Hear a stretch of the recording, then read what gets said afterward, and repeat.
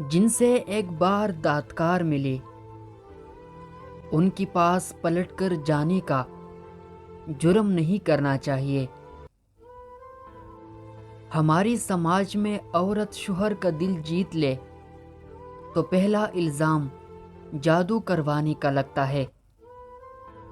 تم یہ کیسے کہہ سکتے ہو کہ فلاں گٹھیا ہے اور فلاں بڑھیا، اس کا درجہ بلند ہے اور اس کا کمتر؟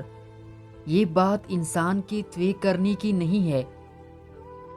عام لوگوں کی خواہشات اور امیدیں ہوتی ہے، جبکہ کامیاب لوگوں کی مقصد اور منصوبی ہوتی ہیں۔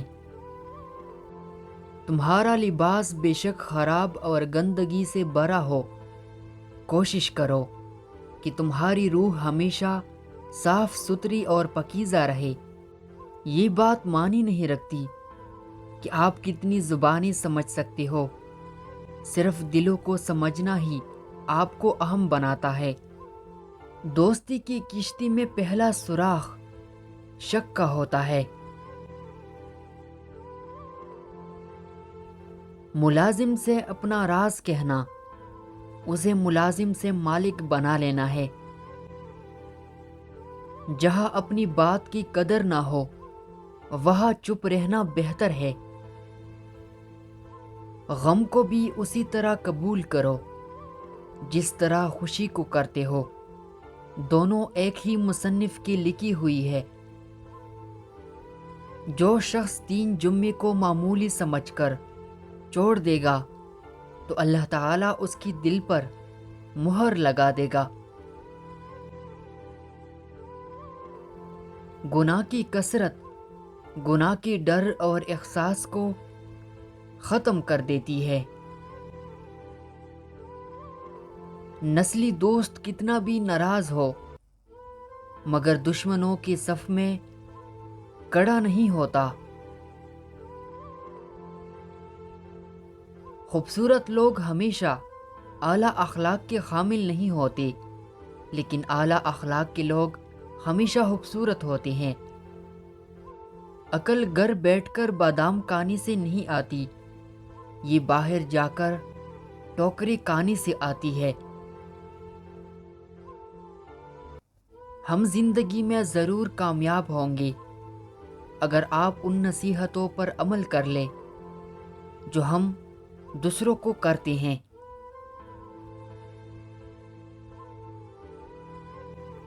برا آدمی کسی کے ساتھ نیک گمان نہیں رکھتا، کیونکہ وہ ہر ایک کو اپنی جیسا گمان کرتا ہے۔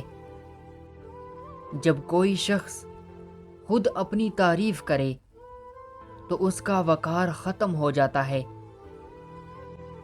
رزق کی اصول اور ضروریات کی تکمیل میں صبح کا وقت منتخب کرو، کیونکہ صبح کی وقت میں برکت اور کامیابی ہے۔ زیادہ گفتگو کی عادت یا تو عورتوں میں ہوتی ہے یا کمزور مردوں میں۔ بہترین مال وہ ہے جس کے ذریعے عزت کی حفاظت کی جائے۔ وقفے سے ملا کرو، اس سے محبت بڑھتی ہے۔ وہ انسان کامیاب ہے جو خوشی اور غم کو ظاہر نہ کرے۔ جو تمہارا تھا ہی نہیں اسے کونا کیسا، اکیلے آئے تھے اکیلے ہی جائیں گے تو پھر رونا کیسا۔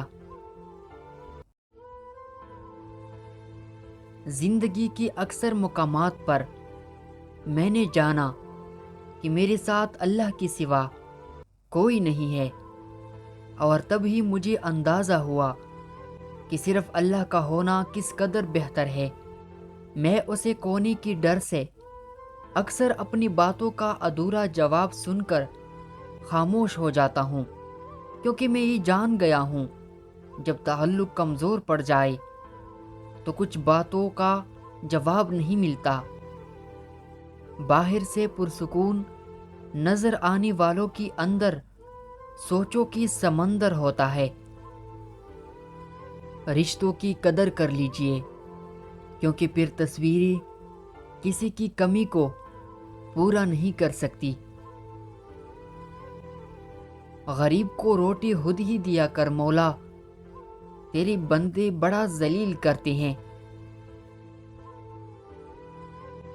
ایک وقت آتا ہے جب انسان کو اپنی مخلص ہونے پر بھی پچھتاوا ہونا شروع ہو جاتا ہے۔ والدین کی جوتیاں سیدھی کرنے سے مقدر بھی سیدھی ہو جاتی ہے۔ صبر کی حد یہ ہے کہ تقدیر پر کوئی شکوہ نہ ہو۔ واقعی وہ لوگ کبھی بھی لوٹ کر نہیں آتے جو ہم سے بچڑ جاتے ہیں، اور وہ لوگ ہر خوشی میں اور مشکل وقت میں ہمیں یاد آتے ہیں۔